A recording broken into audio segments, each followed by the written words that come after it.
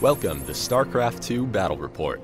My name's Dustin Browder. I'm the lead designer on Starcraft 2. And my name's Robert Simpson. I'm a Blizzard Esports team member. We've got a great game for you here today. We've got Matt Cooper playing as the Blue Zerg, and we've got David Kim playing as the Red Terrans. These players are going to be duking it out on blistering stands. This is a 1v1 map that no one at home has gotten to see yet. Down in the lower left-hand corner of the map, we can see David Kim starting as the Red Terran, and all the way across the terrain up in that top right corner, we have Matthew Cooper playing as the Blue Zerg. Yeah, so this map has a lot of special features on it that will really affect the course of gameplay, and there's a lot of new mechanics that are original and new to StarCraft 2 on this map. Now, coming down from the Zerg base, there's this narrow ramp here that players can use to defend their base. And from this ramp, you move into the first, what we call the natural expansion. This is a place where the Zerg player could easily create a new base and harvest some additional resources. There's a very small choke here the Zerg player can use to defend his base. And as we move out across the map, we'll see there's other opportunities for both players to expand. There's these rocks that are guarding this expansion. You need to destroy these rocks with weapon fire in order to get access to these yellow crystals, which are worth a lot more than the blue crystals that are in the players' bases. There's also these Xel'Naga watchtowers, which players can capture with a single unit that gives them vision over a wide area of the map. These are very, very key to understanding what's going on the map and to be able to scout your enemy's movements before he moves to engage you. And like any good StarCraft map, it's mirrored on all sides. So you can see there's another rock up there with some more yellow crystals, and over here there's an expansion for the Terrans, a small choke point that leads back up into the Terran base. David Kim's throwing down his first barracks as he sends that first SCV out to try to scout Matthew Cooper's base. Yeah, and that SCV is going to move past there. It's going to see that Overlord flying overhead, so he knows the other player's playing as the Zerg at this point, and he's going to be able to move in and see what he can see inside the Zerg base. This first scout is very, very important. And here comes a drone moving down, trying to create a fast expansion. And here he goes. It's looking like that SCV is just going to miss that drone. We can see that Matt Cooper was saving up his minerals to try and get the fast expand down. And it looks like David Kim moves away. He doesn't see this expansion. And Matthew Cooper seizes the opportunity and places that natural expand. What a great move by the Zerg player. That SCV could totally have blocked that drone from making that hatchery. The hatchery cannot build where the SCV is standing. So the SCV could just hung out there and blocked that drone from making that hatchery. Instead, the drone sneaks off, hides in the back, and he is able to make the expansion, put the hatchery in play, and the SCV is reduced to just scouting around inside the Zerg base. And so David Kim is moving this SCV around, and it looks like Matt Cooper tries to throw down a spawning pool, but that SCV gets a little revenge by blocking it, delaying it for a few seconds. Matthew Cooper knows that he needs to get down that spawning pool to keep up, and there it goes. Yeah, that's exactly what he was hoping to do with the hatchery. He could have kept that hatchery occupied and off the board for a long time, but instead the hatchery has gone down, and now even the spawning pools go down, and that SCV is just reduced to scouting around inside the base. And now David Kim's base, he's just building like usual. And back over at that natural expansion, David Kim is not giving up on harassing this natural. And there goes a bunker. What a great move by the Terran players, putting a bunker into position there. And you can see the drone is attacking the bunker, trying to attack the SCV to make sure that bunker doesn't go into position. If the Terran player can get any troops into that bunker, it could be a real problem for the Zerg player. Now, the Zerg player is not discouraged by this move. He's moving out an extra drone to give it just a little bit back up. He wants that hatchery to finish. It is imperative to his strategy to get that fast expand. And here comes the Terrans trying to reinforce that bunker. He's got another SCV, and his first Marine is moving across the map, trying to get to that bunker in time so he can really use that bunker to tear apart that hatchery and just cause all kinds of problems for the Zerg player. Like we can see that Matt Cooper's spawning pool just finished up, and there we can see 4 Zerglings being built. He's going to need those Zerglings to take down that bunker. Now you can see in the upper left-hand corner there, we've got our new overlays that show us what's going on the map. And you can see there are 4 Zerglings currently in production right now, and a Queen, which could be instrumental in protecting this Zerg base from this very aggressive move by the Terran player.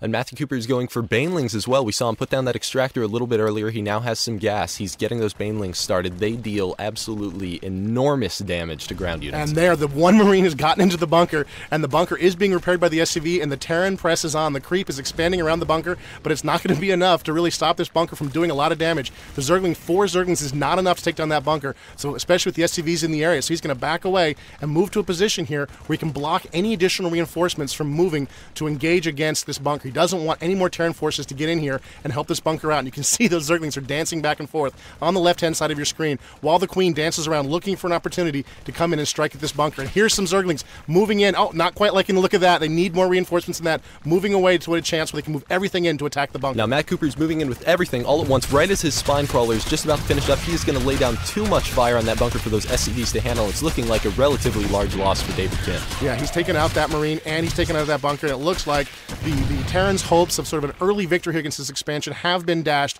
The Queen is in play, and the Zerglings are free, loose, moving across the map. Now we can see the Queen taking advantage of spawning those extra larvae on that hatchery. We just saw them fly off of there. Back over at David Kim's base, he has continued production as usual. He does have a second bunker down, and he's going for 2 tech labs in addition to the Merc compound. We could see some Reapers out here. Yeah, the Merc compound allows him to upgrade his Marines, but it also enables him to create Reapers, which is a small, fast, jump jet equipped infantry that can really... Oh, and here comes the Zerg trying to push in. The Terrans bring up a few SCVs as reinforcements, and the Marines manage to drive the Zerg back. The Terrans have managed to hold their choke against what might have been a very dangerous raid by the Zerg. That's right. That was too many Zerglings for just those 4 Marines to try to hold off. So we did bring up those SCVs as a little reinforcement. We do see a couple Banelings being morphed into play over here. Those Zerglings are able to evolve into Banelings, which are little guys that roll around and explode for tons of damage. Yeah, they do a lot of damage to small units like Reapers and like Marines. This could be a real threat to the Terran player, especially if he remains, get in that choke in an area that's small. Those Banelings can do a lot of damage. He doesn't see the Banelings. He doesn't know the threat he's in here.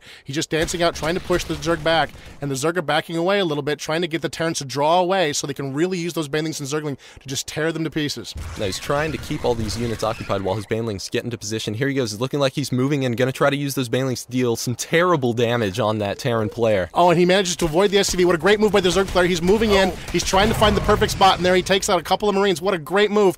And it looks like the Marines are running for their lives now, trying to get away. He's got 1 Marine, 1 SCV on the run as he tries to get out. He's got 2 Reapers in the base, but it's looking very, very bad for the Terran player right now as the Zerg move in for what could be the kill. If those Banelings are able to get around into the SCVs, we could deal huge economic damage to David Kim, but it's not looking like they're going to be able to get there because he places his Marine perfect. We have a couple of the Reapers laying down some cover fire. Will that Baneling be able to take out both of those Reapers? No, only one of them goes down. He still has the Reaper and the Marine to defend. What a great move by the Terran player. He uses 1 Marine to block that position between those 2 barracks, and it prevented the Banelings from getting in and doing what they really wanted to do, which was get into the SCVs. They could have just done tons of damage to those SCVs, and instead, the Terran player gets away relatively free from that attack, and he's moved into a position here where he's not going to be able to do a lot. Now, the Zerg are moving their spine crawler up to defend their base, and it looks like he's preparing for what could be, what he's worried might be a counterattack. At the same time, he is putting down a Roach Warren, which is going to allow him to put roaches on the battlefield while the Terrans continue to move out and try to keep these Zerg away from his base. Now, all these Zerglings here are just too many for a couple of those Marines in those SCVs, so he brings the Reapers as backup. Will those Zerglings be able to surround the Reapers? No! One of those Reapers in the back only had 10 HP. Due to David Kim's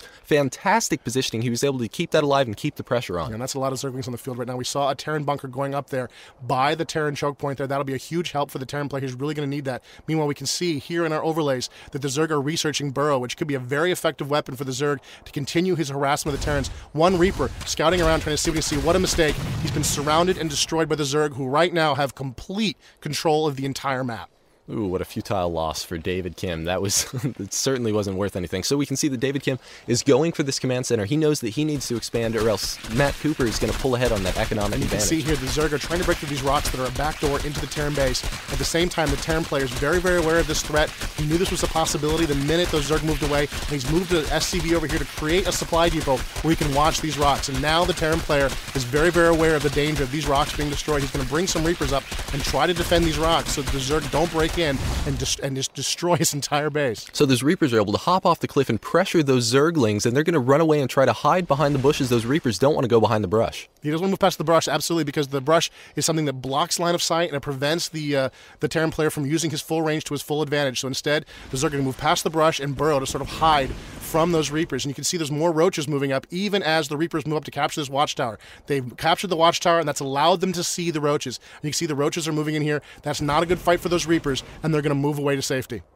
Those Reapers need to get away as fast as possible, so they're going to go down. We have a couple more roaches, and the Zerglings are coming in for a surround. That one lone Reaper just happened to make the wrong kind of jump, and here he goes. He's getting pressured down. Will we see that Reaper fall? No, it's looking like he's getting away with just 5 HP. Unbelievable move. He managed to skate away from that Zergling attack and save that Reaper. He really needs every unit on the battlefield right now. The Terran player's in a lot of trouble. He's got Zerglings, he's got roaches, he's got Banelings out on the battlefield to deal with. The Zerg are really in command right now. They're attacking the rocks at will, and they're continuing this relentless assault on the Terran base. Now we can see that David Kim is going with even more Reapers to try and give the back of his base even more backup. He does not want Matthew Cooper getting in that back door. Yeah, he really can't let Matt in the back door, and you can see he's moving here to try to engage.